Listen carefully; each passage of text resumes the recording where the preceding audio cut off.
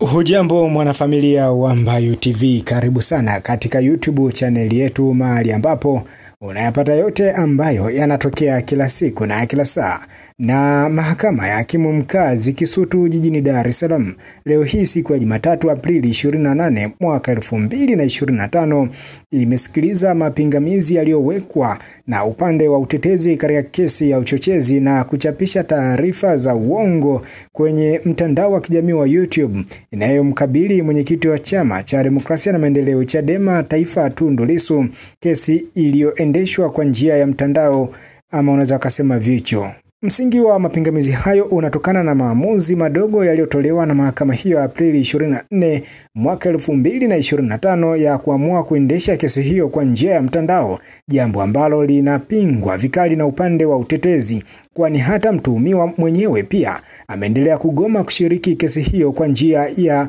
mtandao, akishinikiza kufikishwa mahakamani hapo moja kwa moja. Miongoni mwa hoja iliyowasilishwa na mawakili wa utetezi mahakamani hapo ni kwamba mteja wao Tundu Lissu anakabiliwa na kesi mbili tofauti kwenye mahakama hiyo pamoja na ile ya uhaini, na kwamba kesi iliyomfanya awepo gerezani ni ya uhaini ambayo haina dhamana na sio uchochezi, kwani kesi ya uchochezi inadhaminika na yeye ameshapatiwa dhamana na amekidhi matakwa ya dhamana hiyo. Hivyo kama isingekuwa uwepo wa kesi ya uhaini, basi mteja wao angekuwa anafika mahakamani kusikiliza mwenendo wa kesi ya uchochezi akitokea nyumbani. Hivyo maafisa wa magereza na jamhuri kwa ujumla inayo wajibu wa kuhakikisha wanamfikisha mahakamani, kwa kuwa wao ndio wanaomshikilia kwa sasa. Baada ya kusikiliza hoja za pande zote mbili, yani upande wa jamhuri ulioshiriki kesi hiyo kwa njia ya mtandao ukiongozwa na wakili wa serikali mwandamizi Job Mrema, na upande wa utetezi ukiongozwa na mawakili waandamizi Mpale Mpoki, Dr. Rugemeleza Nshala, Peter Kibatala na wengine wengi, na hatimaye mahakama ikaahidi kutoa maamuzi ya mapingamizi hayo Mei 6 mwaka 2025 majira ya saa 4 asubuhi kwa njia ya mtandao vicho. Kwa hapa watu wanasubiri kuweza kujua kipi ambacho kitakuwa kikifuata kutokana na kesi hii ambayo imekuwa ikimkabili Tundu Lissu, ambapo Tundu Lissu mwenyewe ameweza kugoma kuhudhuria kesi hii kwa njia ya mtandao kama ambavyo wiki iliyopita ilianza. Aliweza kugoma hata wiki iliyopita kwamba yeye hawezi kushiriki kesi hiyo kwa njia ya mtandao na anahitaji kuweza kufikishwa mahakamani, yeye mwenyewe akaweze kujitetea mbele ya hakimu moja kwa moja ama ana kwa ana na si vinginevyo ama kutumia njia ya kimtandao kama ambavyo walitoa maamuzi hayo na linki zikatolewa ili kusudi watu waweze kushiriki kesi hiyo wakiwa wanashuhudia kwa njia ya mtandao. Na Chadema amekuwa wakizungumza kama mwenyekiti wao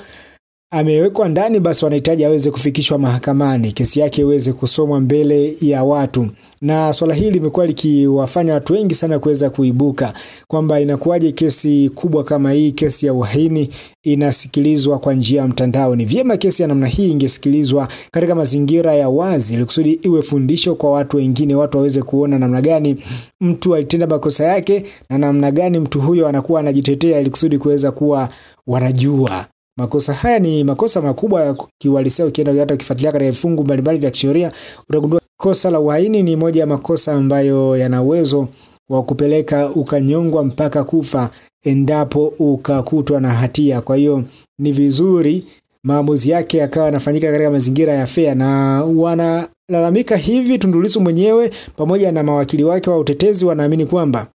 endapo kesi hiyo ikaendeshwa kwa njia ya mtandao, basi maamuzi pengine yanaweza asiwe rafiki kwa upande wake, ama inaweza ikapelekea kusiginwa ama kufungwa ama kufichwa kwa baadhi ya vifungu vya kisheria, na mwisho wa siku yeye akajikuta anaingia hatiani pengine kwa kusingiziwa. Hii ni Mbayu TV, ni kusi kama bado hauja subscribe katika YouTube channel yetu, basi hakikisha kwamba una subscribe, lakini pia hakikisha kwamba una like, una comment na kushare taarifa zote ambazo sisi tunakupatia wewe kila siku na kila saa. Ni David Edward.